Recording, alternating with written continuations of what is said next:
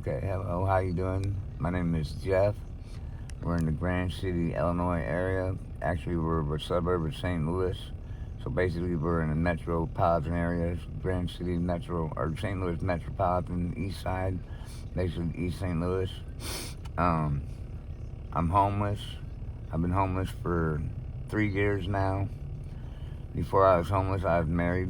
Well, I'm still married, but my wife, she left me about 3 years ago to get her health in order, and she got off drugs. I'm an IV drug user. Uh, I've been getting high since I was 11 years old. I'm 51 years old. I've been homeless for, like I said, for 3 years. And the whole thing was my wife was in the hospital for like 7 months. She had caught MRSA.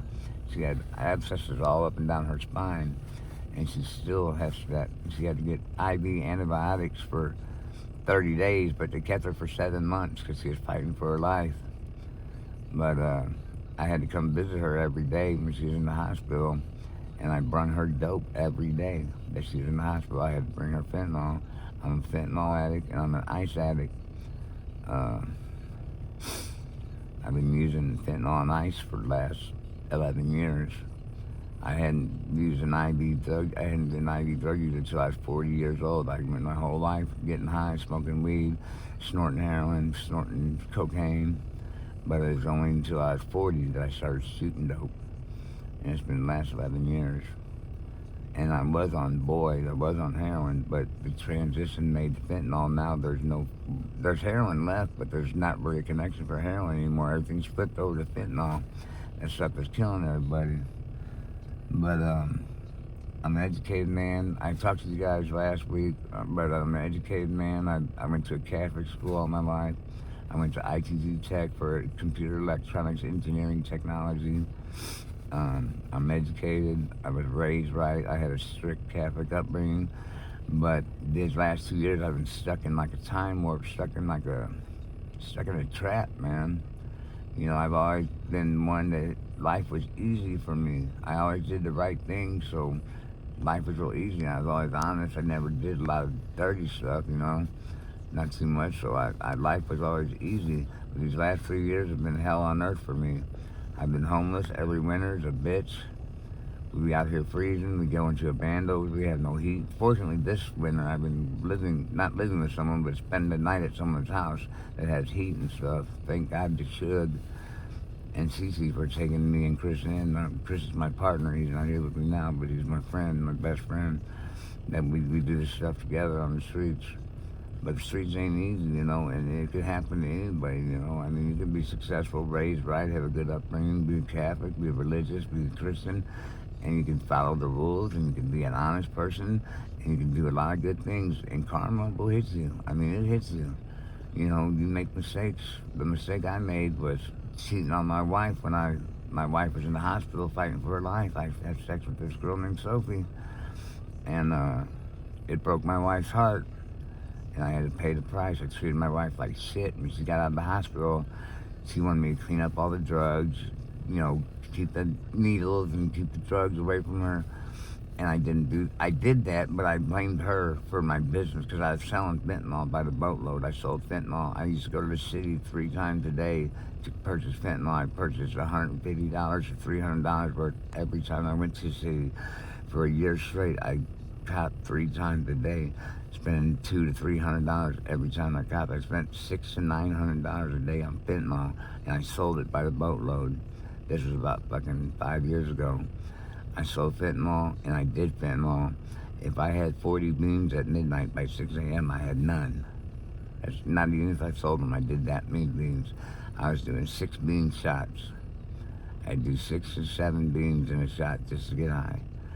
And I sold it, like I said, to support my habit. When my wife came out, it all changed. I had to clean it up and stuff. So I blamed her for my life falling apart. I talked to her the other day, and she said, Jeff, I was wasting time waiting for you to try to stop me before she left me. I never stopped her. I wanted her gone. I wanted that freedom. I wanted to sell dope. I wanted to get high. And I didn't think about her feelings. I didn't think about anything about her. And it breaks my heart right now that I did her so wrong. But that's the beginning of my demise. How I hurt my wife. Before that, we just did this thing together, and we did really good. We've never been homeless more than a couple months. I'd send her to her mom's. I'd be the one on the street, and I'd do it by myself because I didn't never want my wife to deal with the uncomfortable feeling of being homeless. So she would go to her mom's, and then in a month or 2 or 3, I'd get an apartment, and we'd be in the house or her apartment. And I've always done that. In between apartments, I'd be homeless for 2 to 3 months. I'd get us an apartment, and we'd be back on. But this time, it's been horrible. It's been 2.5, 3 years now. I get to see my wife at a hotel sometimes when we get together on around the first of the month. But things are just hard now, and karma is a motherfucker, man, because it'll hit you. And these streets ain't easy. You know, everybody's got. There's room for everybody to eat. There's room for everybody to help each other. If you accept the help and you give to another motherfucker, and you help people from the heart, and you don't use your friends. You don't try coming up on your friends. You don't just hang around your friends to get high. You don't just leech on people to get through life with it easier because you ain't got no hustle and no flow. You know, you don't take advantage of your friends. You help them. You can't just go in. You know, this is a rough world. In Granite City, it's pretty dirty. Everybody's on BS sometimes, and everybody comes up on their friends or steals from people who have nothing, or takes advantage of the homeless and the poor. You're stealing from people who have nothing. So these streets aren't easy, and it's ugly out here. I wouldn't fuck with these people in a million years if my life depended on it. But I have to now because I'm stuck out here, and I'm still moving right. I'm still honest. I still don't take advantage of people. I still try to do things the right way. I live by the code. I follow the code. I do things the way it's supposed to be done. Because I'm not from Granite City. I'm from Madison, and it makes a difference where you're from, you know. But these people here, they're a whole different breed of their own. I never knew the word entitlement until I got to Granite City, and these people are full of entitlement. And they compare themselves to people, which is a mistake, because when you compare yourself, you're going to lose. But they compare themselves to people, and they try to think they're better than people because of what they got, or what they don't have, or what you don't have, and how they're better than you. And it's not about who's better than who. It's about taking care of each other, helping each other, and being there for each other, genuinely caring about each other, not just being a dope fiend on dope fiend maneuvers and trying to get high all day. It's not about getting high all day. It's about trying to find a way off these streets and get your life together so you don't have to freeze anymore, so you don't have to starve anymore, so you don't have to do things. Like I got a badge. I'll show you. I got a badge for the warehouses to get a job. I get Social Security, yes, but I'd be willing to work because I want to get more money because I don't have enough money to get off the streets. On $940, you can't get an apartment. So I got my badge so I can work. You know, you got to do these things, and the goal is to get off the streets and get your life together and help people as they help you. But you can't do it for people. And they get angry about some petty ass shit, man. But the goal is to get off these streets, get your life together, and be as honest and genuine as you can and help each other from the heart and be there for each other. And like I said, I'm educated, I've got a good upbringing, but none of that matters now. What matters now is my wife is at her mom's still for 3 years now. My wife's madly in love with me. We've never separated. We separated, but we've never quit seeing each other. We never quit talking to each other. It's been a long separation, but absence makes the heart fonder. And I'm crazy about my wife, and I do my best to be there for her if she needs something. Or I'm used to taking care of my wife and spoiling her. You know, I'm used to doing everything for my wife, but I can't do nothing for my wife now that I'm on the streets. So my goal is to get off these streets, help maybe some friends of mine get off the streets too, get my wife back in my life, go to work, get some more income coming in, pay off my debts, get my credit built up, and just get my whole life together. I have goals and ambitions for a 51-year-old man. I have goals and ambition beyond most people my age. I have not quit yet. I have not given up. I'll never quit trying. I love life. I love living. I love my friends. I love all people in the world as Christian brothers and sisters. But I can't do things for people that are just mooching and have nothing. I can't do it for you. I can't do it for you. Because me and my boy Chris, we come up every day.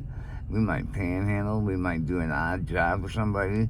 Somebody might give us 20, 40, 50 bucks. People do that, because they genuinely care. But these people I hang around, they won't even ask somebody for some change. And then you get 25 no's and one yes. But that one yes makes it better. But, the goal is to get off the streets, not to stay on the streets forever. Like I said, I've been 3 long years now. I miss my wife. I miss my family. My grandma's died when I was out here. My grandma died 8 months ago, who I loved very much, was my best friend. My grandmother was my rock. I still have my mother, which I love very much, but she's not the same as my grandmother. And I'm still here for my friends. And I'm still here for my boy Chris. I'm still here for my girl Michelle, my wife. And I'll always be here. And like I said, I want to get off the streets and not stay on the streets. I don't like living on the streets. There's freedom there. It's an addiction. I would tell you the truth. Being homeless can be an addiction. You get addicted to hustling every day. You get addicted to just doing what you do. It doesn't seem like a hell of a struggle when you're used to it and you're comfortable with it, and it's a life you've been living for so long now. You get used to it, but I'm going to tell you the truth. There's a lying underneath of this whole thing that's so depressed. I used to say, my soul turned black and my heart turned blacker. I've been engulfed in a black cloud of depression, and it doesn't seem to go anywhere. It follows me around. I'm surrounded in darkness, and I'm trying to get color back in my heart and color back in my life. But I went black for a while. I even listened to devil music. I even talked to devil talk. I talked about 666. I didn't worship the devil. I didn't sell my soul to the devil, because really I don't even believe in the devil. That's my belief. I don't believe in the devil. And I believe differently from everybody's belief. I'm a different kind of thinker. I believe in the old, not anyway. I'm a different kind of person, but I turned dark and I started talking 666 and listening to devil music about that shit. And I was okay with that, and I was cool with that, and I sang the lyrics, and I felt the vibe, and it felt like they were singing my songs.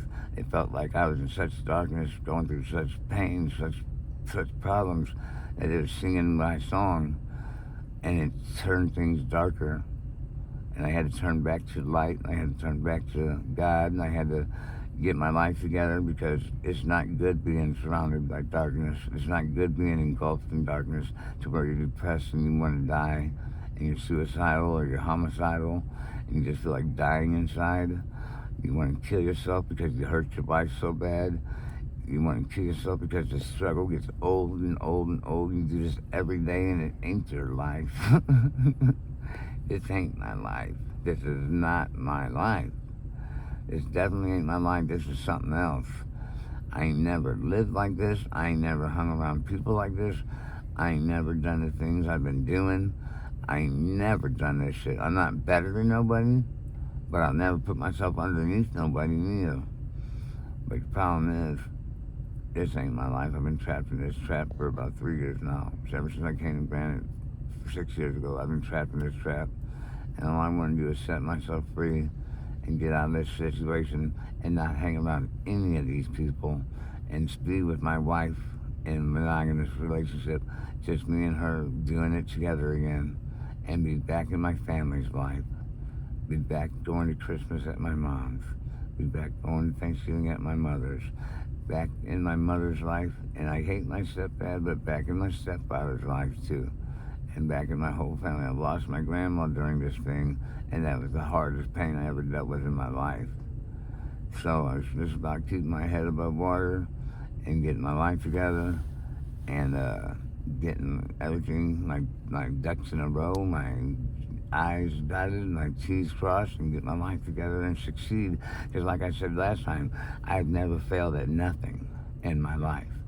I have succeeded at everything I do in my life. I've never been a failure. I've always succeeded tremendously at everything I try to do. I do excel at. So the deal is, I'm excelling now at being homeless, and it ain't worth it. It's not worth it. It's no fun excelling being homeless. It's no fun grinding every day and getting you 20, 30, 40, 50 bucks because that's how much we be making every day. It's not easy. But thank you for listening to me. And next time, if I talk to you, I'll have a girl with me to talk to you. And thank you. Thank you, Mr. Jeff.